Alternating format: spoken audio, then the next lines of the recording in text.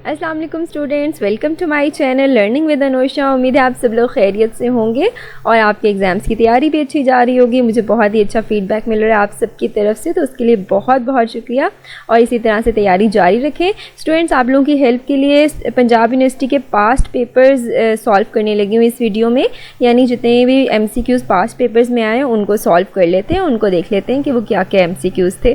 तो स्टार्ट करते हैं एनुअल 2017 से।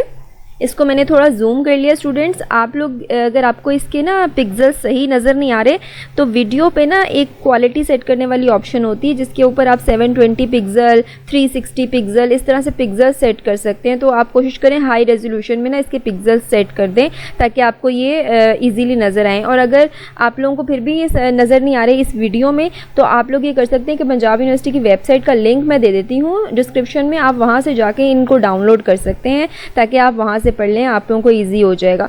तो मैं आप लोगों को 1 बाय 1 MCQs के सोल्यूशन बताती हूँ। जनाब, सबसे पहले लिखा हुआ फर्स्ट MCQ है, which SQL statement is use to manipulate data in a database.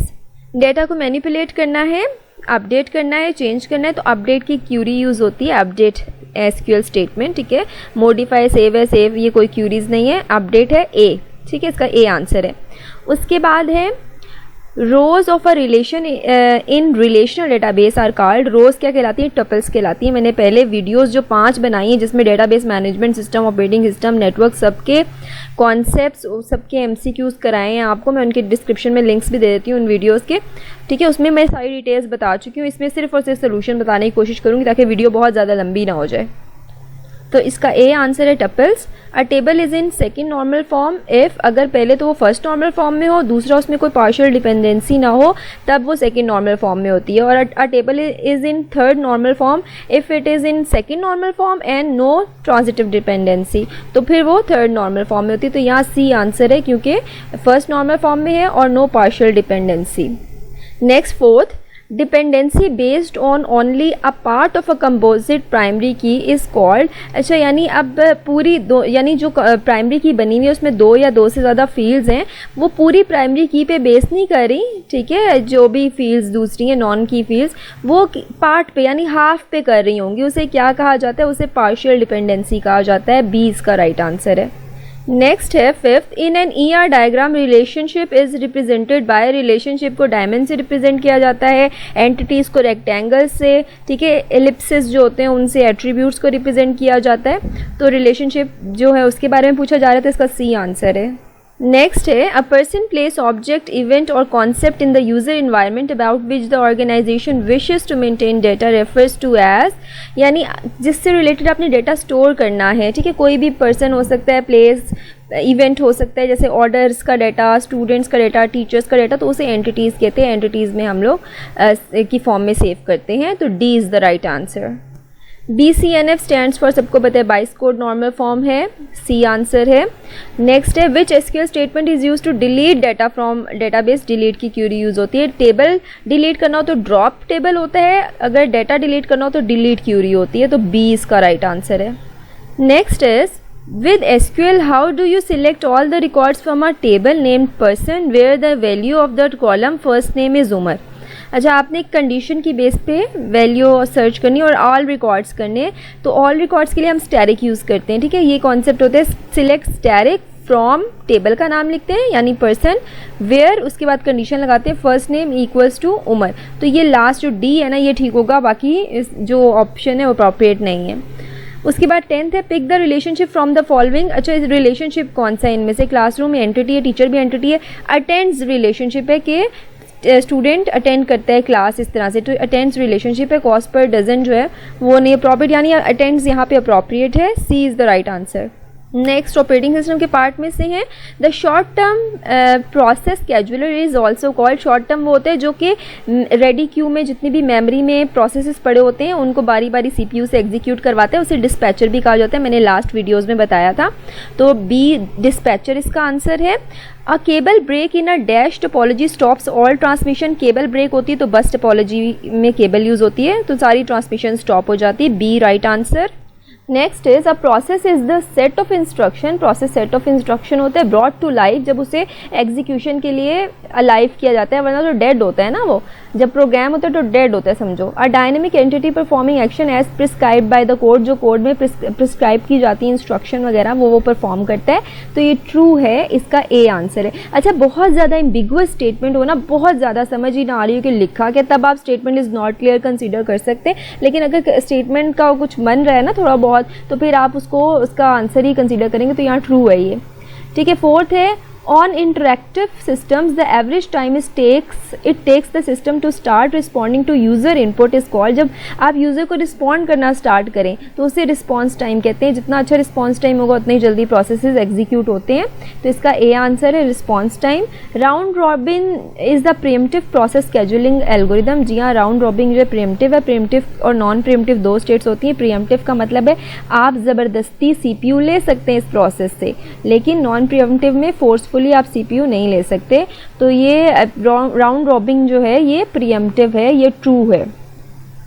उसके बाद है which topology features a point to point line configuration. Point to point line configuration का मतलब सारी वायरिंग कनेक्शंस जो होते हैं ना, वो एक कंप्यूटर से दूसरे कंप्यूटर के साथ कनेक्शन बना होता है और सारे के सारे अपनी अपनी लाइंस पे डाटा ट्रांसफ़र कर सकते हैं, तो वो मैश टोपोलॉजी में होता है। 6 का ए आंसर है। नेक्स्ट है in the dash layer the data unit is called a frame. तो फ्रेम डाटा लिंक लेयर पे बी जो है इसका राइट आंसर है। डाटा लिंक लेयर पे डाटा यूनिट्स फ्रेम कहलाते हैं। A dash process is one that share information with or controls the sequence of instruction executed by another process। cooperating processes ऐसे होते हैं जो कि एक दूसरे के साथ इंफॉर्मेशन वगैरह शेयर कर रहे होते हैं, ठीक है, इंटर प्रोसेस कम्युनिकेशन हो रही होती है, तो ये इसका आंसर सी है, राइट। डायलॉग कंट्रोल और जो सेशंस क्रिएट होते हैं वो सेशन लेयर के ऊपर हैंडल होती है, उस फंक्शनैलिटी को सेशन लेयर पे हैंडल किया जाता है, तो dialogue control is the function of session layer. B is the right answer. Shortest job first is non preemptive process scheduling algorithm. जी हाँ, शॉर्टेस्ट जॉब फर्स्ट जो है वो नॉन प्रीएम्प्टिव होता है, यानी जो सबसे छोटी जॉब होगी उसे पहले कंप्लीट करके उसको फोर्सफुली नहीं निकालना, वो अपनी मर्जी से कंप्लीट होगी फिर वो एग्जिट करेगी। तो 10th का आंसर जो है वो ट्रू है, ए है। नेक्स्ट पेपर की तरफ चलते हैं। ये सप्लीमेंट्री 2017 का पेपर है, ठीक है, सप्लीमेंट्री एग्जामिनेशन का, उसके MCQs करवा रही हूँ।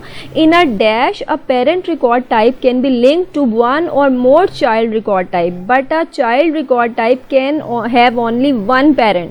चाइल्ड जो है उसका सिर्फ एक ही पेरेंट होगा, लेकिन पेरेंट के मल्टीपल चिल्ड्रन हो सकते हैं, तो ये हिरारिकल डेटाबेस मॉडल में होता है। D is the right answer. Next insert into statement is a dash statement. ये DML स्टेटमेंट है, ये मैनिपुलेशन में आती है, मैं पिछली वीडियोज़ में बता चुकी हूँ। DBMS is a collection of dash that enables user to create and maintain a database. DBMS programs की कलेक्शन है, ठीक है, जो कि हेल्प करती हैं कि हम उस पर डेटाबेस क्रिएट कर सकें, मेंटेन कर सकें, तो C प्रोग्राम्स आएगा इसमें।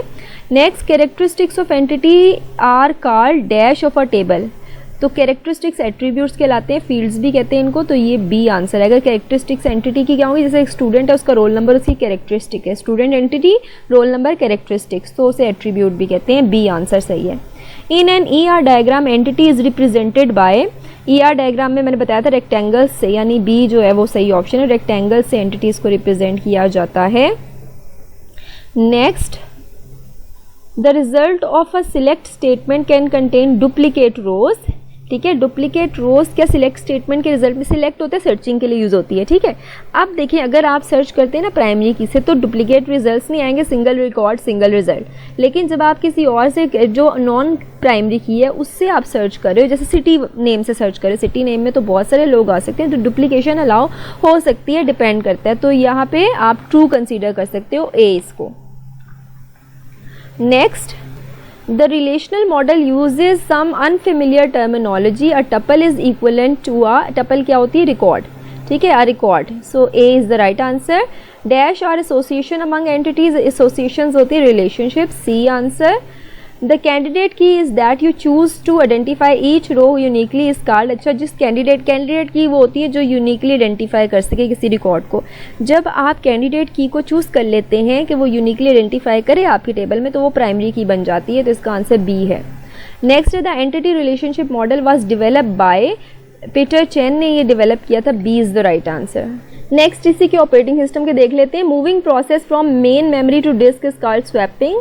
बता चुकी हूँ ये कॉन्सेप्ट भी। A process is a victim of dash if it become stuck in a scheduling queue indefinitely, यानी अगर एक प्रोसेस स्टक हो गया और उसकी एग्जीक्यूशन का टाइम ही कभी नहीं आ रहा तो उसे कहते हैं स्टारवेशन, यानी ये स्टारवेशन की कंडीशन में आ गए, कभी एग्जीक्यूट नहीं होगा। विच of the following is contained in process control block. Process control block यानी पीसीबी में क्या होता है, प्रोसेस का नंबर भी होता है, मेमोरी लिमिट्स भी होती है, लिस्ट ऑफ ओपन फाइल्स भी होती है, तमाम ही होते हैं, तो ऑल ऑफ देम लिखेंगे आप। OSI की 7 लेयर्स होती हैं, OSI model consist of 7 layer, तो सी इसका राइट आंसर है।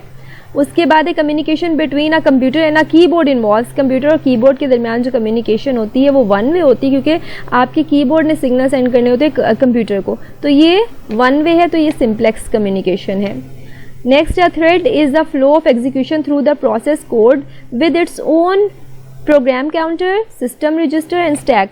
थ्रेड जो होते हैं ना वो प्रोसेस के अंदर ही छोटा सा कोड होता है, बल्कि एक से ज़्यादा भी थ्रेड्स हो सकते हैं एक प्रोसेस के अंदर, और उनके अपने स्टैक होते हैं, सिस्टम रजिस्टर्स होते हैं और काउंटर प्रोग्राम काउंटर्स होते हैं, यानी प्रोसेस के अंदर छोटे छोटे प्रोसेस समझ लें इनको, ठीक है, इनको थ्रेड्स कहा जाता है। तो ये ट्रू है स्टेटमेंट, ए इसका आंसर है। Which one of the following is not true. अब कर्नल के बारे में स्टेटमेंट लिखी हुई है।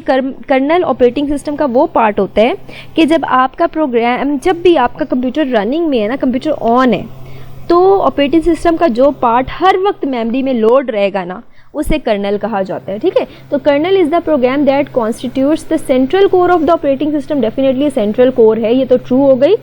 Kernel is the first part of operating system to load into memory during booting. जी हाँ, फर्स्ट पार्ट है, सबसे पहले यही लोड होता है।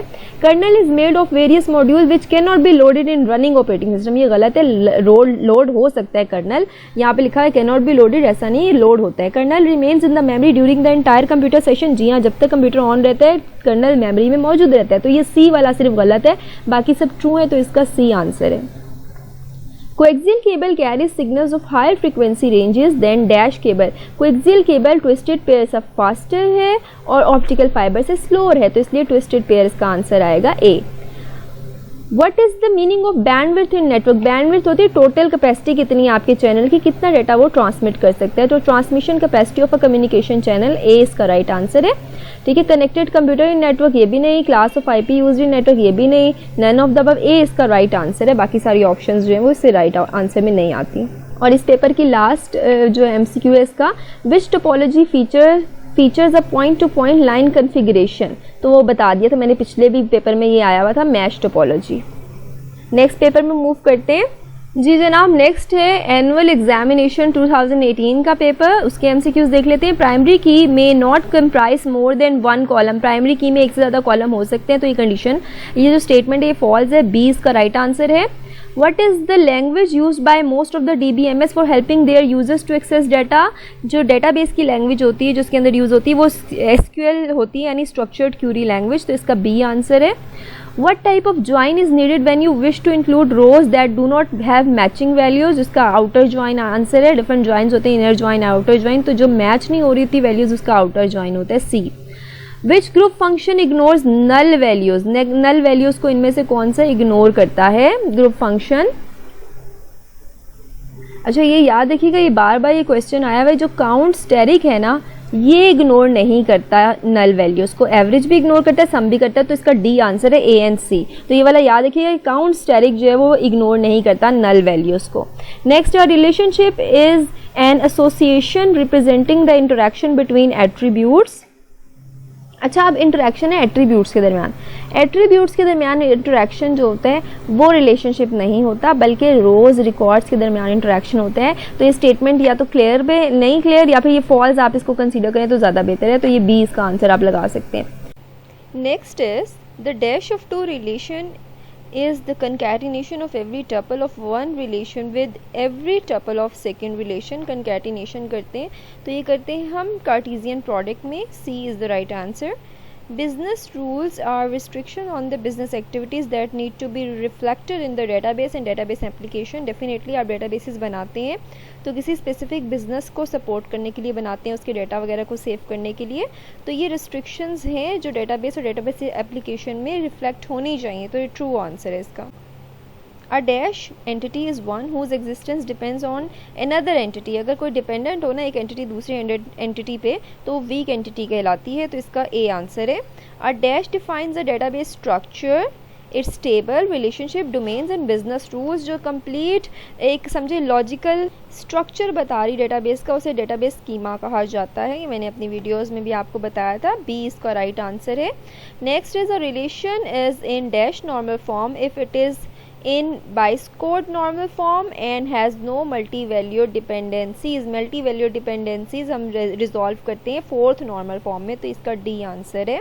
नेक्स्ट MCQs हैं ऑपरेटिंग सिस्टम से। PCB stands for process control block, ठीक है, तो इसका बी आंसर है। Primary job of operating system of a computer is, operating system क्या करता है, प्राइमरी जॉब उसकी क्या है, कमांड रिसोर्सेज करता तो है, ठीक है, manage resources, provide utilities, be user friendly.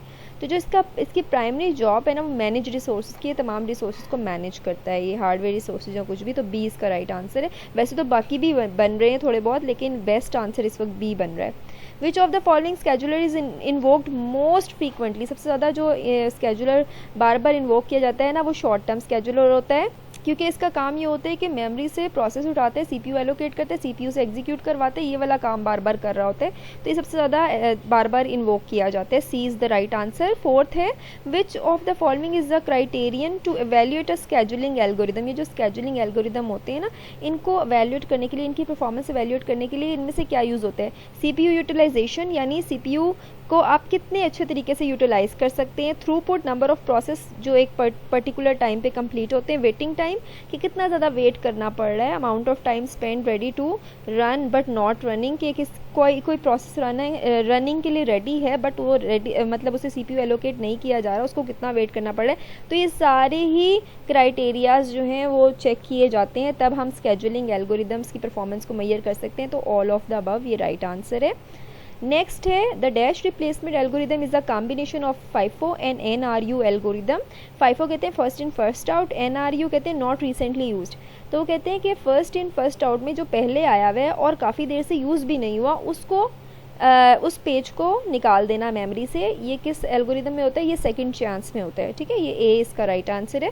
Which of the following scheduler controls the degree of multi programming. Multi programming की डिग्री को कंट्रोल करने के लिए कि कितनी जॉब्स एग्जीक्यूट हो सकती हैं, कितने प्रोसेस एग्जीक्यूट हो सकते हैं कंप्यूटर में, ये लॉन्ग टर्म स्केजुलर का काम है, तो ये ए इसका राइट आंसर है। उसके बाद है केबल ब्रेक। अच्छा, केबल ब्रेक होती है, वो पहले भी कर चुके हैं, बस टोपोलॉजी में होती है। OSI मॉडल की कितनी लेयर्स होती हैं, 7 लेयर्स होती हैं। यहाँ पे नहीं कोई भी ऑप्शन ठीक, तो नन ऑफ दम कर देंगे, आप डी कर देंगे। Transmission data rate is decided by, transmission data rate जो है फिजिकल लेयर डिसाइड करती है, क्योंकि जो फिजिकल डिवाइसेस वगैरह है ना, ट्रांसमिशन से रिलेटेड काम फिजिकल लेयर के पास होते हैं, सिस्टम ओपन सिस्टम इंटरकनेक्शन का, OSI का। और लास्ट है which of the following OSI layers correspond to TCP/IP application layer. TCP/IP की एप्लीकेशन लेयर जो होती है ना, वो 3 लेयर्स OSI की जो काम कर रही होती है ना, वो TCP/IP की एक एप्लीकेशन लेयर कर रही होती है, यानी एप्लीकेशन, प्रेजेंटेशन और सेशन, तीनों लेयर्स मिला के जो काम कर रही है ना OSI में, वो एक अकेली एप्लीकेशन लेयर कर रही है। तो ये तीनों ही आती हैं, तो इस डी इसका राइट आंसर है, ऑल ऑफ द अबव, ये याद रखिएगा। तो ये पेपर भी कंप्लीट हुआ। नेक्स्ट पेपर पे चलते हैं। नेक्स्ट है सप्लीमेंट्री एग्जामिनेशन 2018 से MCQs देख लेते हैं। तो इसमें है first one, which of the following are characteristics of RDBMS। RDBMS relational database management system. It can not use SQL तो यूज़ होती है, ये गलत हो गया। Queries are impossible on individual or groups of table. Queries possible है, क्यों नहीं इम्पॉसिबल नहीं है। अच्छा, data are organized in a series of 2-dimensional tables, each of which contains record for one entity। तो डेफिनेटली डेटा जो है वो 2D टेबल्स की फॉर्म में ऑर्गेनाइज होता है और हर टेबल में एक एंटिटी का रिकॉर्ड होता है, तो C is the right answer. उसके बाद है allowable values in attribute is called. Value जो अलाउ होती हैं, फॉर एग्जांपल अगर डेट ऑफ बर्थ है तो उसके अंदर date of birth dates allow होंगी, ठीक है ना। इसी तरह से अगर रोल नंबर्स हैं तो स्पेसिफिक नंबर्स अलाउ होंगे जो कि रोल नंबर के लिए ऐड हो सकेंगे। तो जो वैल्यूज़ अलाउ होती हैं किसी एट्रीब्यूट की, उसे डोमेन कहा जाता है। A is the right answer. Third है इन SQL which of the following is not a data manipulation language. DML इनमें से कौन सी नहीं। सिलेक्ट, अपडेट और डिलीट तीनों DML में आती है, क्रिएट जो है वो DDL में आती है। D is the right answer. The result of a SQL statement is an. SQL statement का रिजल्ट क्या होता है, एक टेबल ही होता है, ठीक है, डी इसका आंसर है। A database table can contain duplicate values. क्या डुप्लीकेट वैल्यूज़ टेबल्स में आ सकती हैं। देखिए, अगर प्राइमरी की अप्लाई की हुई है तो डुप्लीकेट वैल्यूज़ नहीं आ सकती टेबल के अंदर, ठीक है। ये अब थोड़ा सा ना स्टेटमेंट क्लियर नहीं है, ठीक ठीक है। ये आप डुप्लीकेट वैल्यूज़ की किस तरह से बात कर रहे हैं, ठीक है, आप एट्रीब्यूट्स में बात करें, आप रिकॉर्ड्स में बात करें, स्टेटमेंट क्लियर नहीं है यहाँ पे, तो स्टेटमेंट इज़ नॉट क्लियर आप लोग मेंशन कर सकते हैं। वैसे डेटाबेस टेबल जो है वो डुप्लीकेट वैल्यू कंटेन कर सकता है, डेफिनेटली एक वैल्यू बार बार भी आ सकती है। हाँ, डुप्लीकेट रिकॉर्ड्स वहाँ नहीं आ सकते जहाँ प्राइमरी की लगी होगी। तो इसका आंसर जो है इसमें ट्रू आ सकता है और स्टेटमेंट इज़ नॉट क्लियर, ये दोनों हो सकते हैं, इसका जो भी आपको सूटेबल लगे।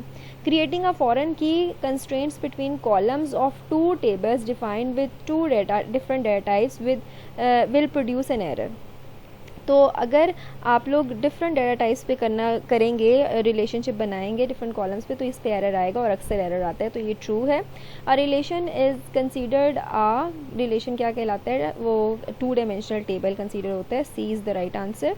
विच group function does not ignore null values, इनमें से कौन सा नल वैल्यूज़ इग्नोर नहीं करता, तो मैंने पहले भी बता दिया था, एमसीक्यू पहले भी आ चुके हैं, जो काउंट है ना वो इग्नोर नहीं करता नल वैल्यूज़, बी इसका राइट आंसर है, काउंट और static. In an ER diagram relationship is represented by, relationship को डायगोनल से रिप्रेजेंट किया जाता है, डायगोनल डायमंड शेप बॉक्सेस से रिप्रेजेंट किया जाता है रिलेशनशिप को, तो ये डी इसका राइट आंसर है।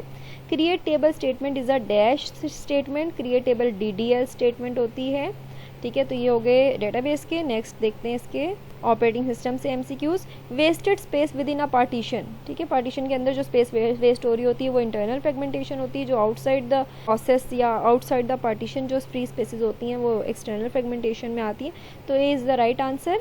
उसके बाद in dash transmission the channel capacity is share by both communicating devices at all the times, दोनों डिवाइसेज आपस में सेंड और रिसीव डाटा कर सकती हैं किसी भी वक्त, तो इसे फुल डुप्लेक्स कर सकते हैं आप, फुल डुप्लेक्स में सी राइट आंसर है।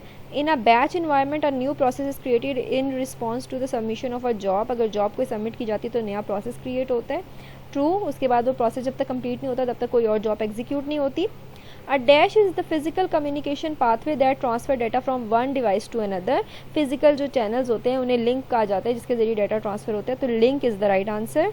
Fifth is a process is in running state if it is not allocated to CPU but it is ready to run। देखिए प्रोसेस रनिंग स्टेट में तो तब होता है ना जब वो CPU में उसे रन कर रहा हो, तो यहाँ तो गलत लिखा है, CPU एलोकेट ही नहीं हुआ, तो रनिंग स्टेट में कैसे हुआ, फॉल्स हो गया, बी है इसका आंसर। Which layer links the network support layer and user support layer, इन दोनों को लिंक करने के लिए ट्रांसपोर्ट लेयर यूज होती है।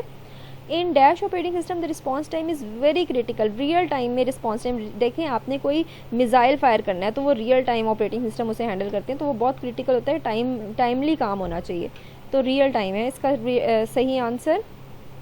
Next is which OSI layer provides the services to user, user को सर्विसेज एप्लीकेशन लेयर प्रोवाइड करती है, बता दिया था डिटेल में मैंने पूरा OSI आप लोगों को वीडियोज़ में अपनी। Which technique was introduced because a single job could not keep both the CPU and the IO devices busy?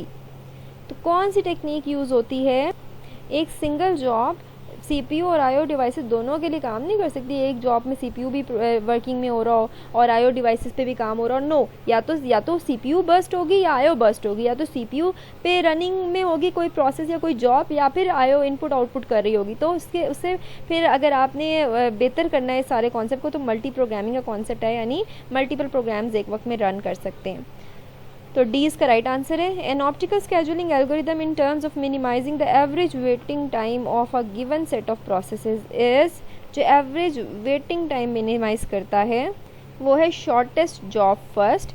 उससे ये होता है जो शॉर्टेस्ट जॉब्स होती हैं वो जल्दी उनको एग्जीक्यूट करके फ्री कर देता है और फिर बाकियों की भी बारी आना शुरू हो जाती है, तो वेटिंग टाइम मिनिमाइज करने में ये इम्पॉर्टेंट है।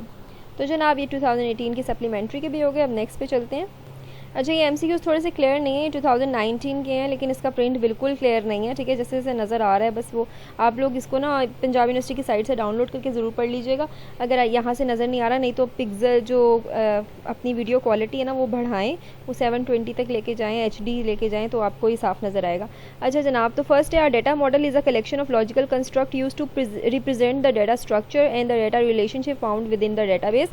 तो डेटा का स्ट्रक्चर क्या होगा, रिलेशनशिप क्या बनेंगे डेटाबेस के अंदर, तो ये डेटा मॉडल कहलाता है, जी बिल्कुल ठीक है, ट्रू है ये।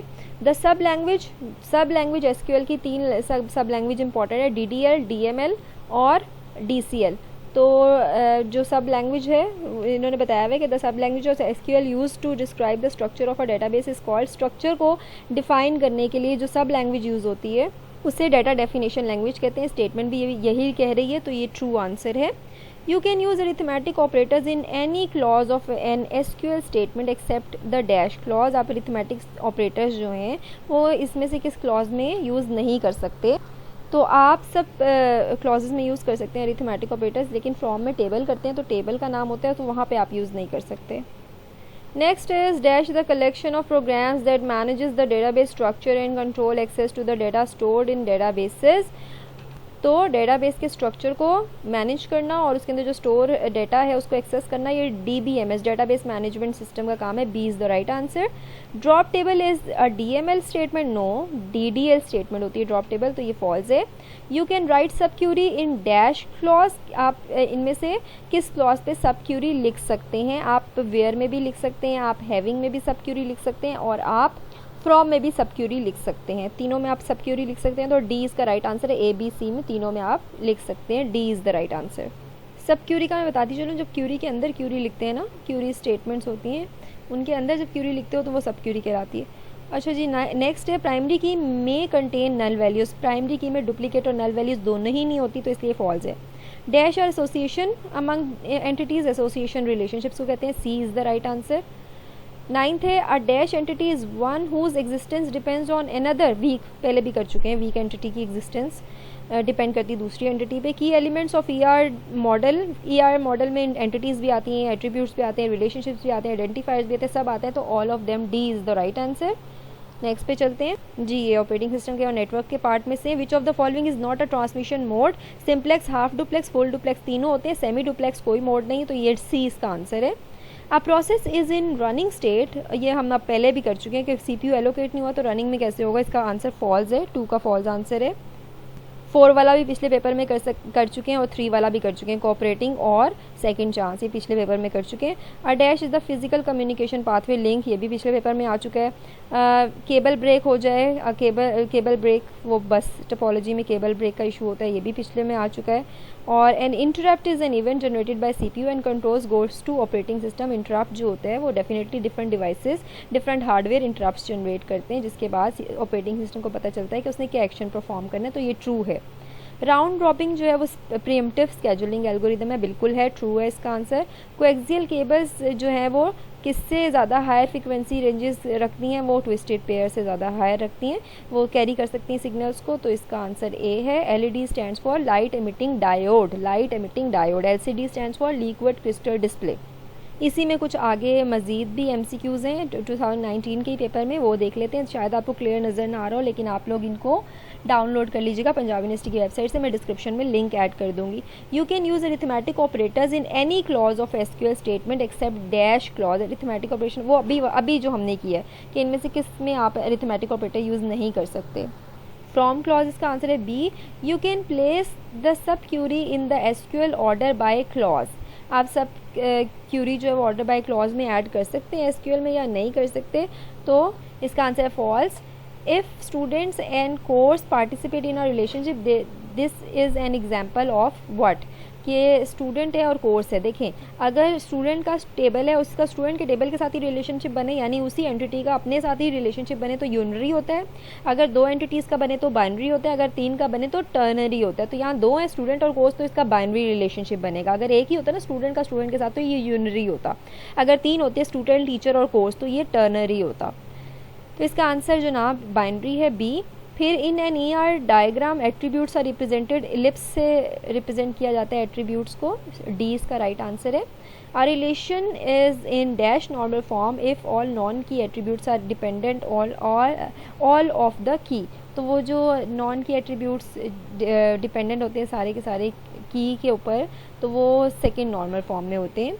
इन entity relationship diagram a many to many relation is represented by M: M. M: N भी होता है, ट्रू है, और M: N भी होता है, ये ठीक है ना. दो मैनी टू मैनी को दोनों तरीक़ों से लिखते हैं. फिर उसके बाद है 7th, what is a tuple. Tuple क्या है? अनदर नेम फॉर की linking different tables in a database. की को कहते हैं, की को तो नहीं कहते, क्योंकि की जो होती है वो एट्रीब्यूट होता है, फील्ड होती है. An attribute attach to a record, no. Another name of table, no, table का भी नाम नहीं. रो और रिकॉर्ड इन अ डेटाबेस, तो ये डी सही आंसर है. रो और रिकॉर्ड को टपल कहते हैं. विच of the following is the problem of file management system. File management system में डिफिकल्टी होती है अपडेट करने में, डाटा रिडेंडेंसी भी आती है, लैक ऑफ इंडिपेंडेंस भी होती है डाटा की, प्रोग्राम डिपेंडेंस भी होती है, सारे इशूज़ होते हैं। ऑल ऑफ द अबव, ये इसका आंसर है E. Which of the following fields is in a student file can be use as a primary key. Primary key, student की फाइल में प्राइमरी की क्या होगी? क्लास होगी, ठीक है, नेशनल आइडेंटिटी कार्ड नंबर होगा, मार्क्स ऑब्टेन होगा या सब्जेक्ट। तो आईडी कार्ड नंबर जो है CNIC जो होता है वो इसकी प्राइमरी की होगी। B is the right answer. और 10th है a data dictionary is a special file that contains the name of all fields in the file, the widths of all field, ठीक है, विड्थ्स कितनी होंगी, नेम्स क्या होंगे, data types क्या होंगी, बी डाटा टाइप। तो ये सारी ही चीज़ें डाटा डिक्शनरी में होती है। डाटा डिक्शनरी के अंदर आपके डाटाबेस का पूरा स्ट्रक्चर ही बताया होता है। तो ऑल ऑफ द अबव या ऑल ऑफ देम, डी इसका सही आंसर है। नेक्स्ट देख लेते हैं, dash layer of OSI model can use the trailer of frame for error detection. Error detection के लिए जनाब डाटा लिंक लेयर यूज होती है, याद रखिएगा, बी इसका राइट आंसर है। Next is in a dash topology if there are n devices in a network each device has n-1 port. अब देखिए मैश टोपोलॉजी में क्या होता है, एक डिवाइस है, अगर बाकी 4 डिवाइसेज और है ना, 5वीं ये है, तो इसके पास 4 पोर्ट्स होनी चाहिए सबके साथ लिंक करने के लिए। तो ये मैश टोपोलॉजी इसका आंसर है ए। तो बस यहाँ तक इसके MCQs थे, बाकी और तो सब्जेक्टिव पार्ट है। तो ये टोटल जितने पास पेपर्स पंजाब यूनिवर्सिटी की वेबसाइट पे थे अवेलेबल, ये मैंने करवा दिए। उम्मीद है कि इनसे आपकी मज़ीद हेल्प होगी और आपकी तैयारी मज़ीद इम्प्रूव हो जाएगी। अपना बहुत ख्याल रखें और इसको भी एक दफ़ा रेडी कर लीजिएगा। इन पास पेपर्स को भी दुआओं में मुझे याद रखें। अल्लाह हाफ़िज़।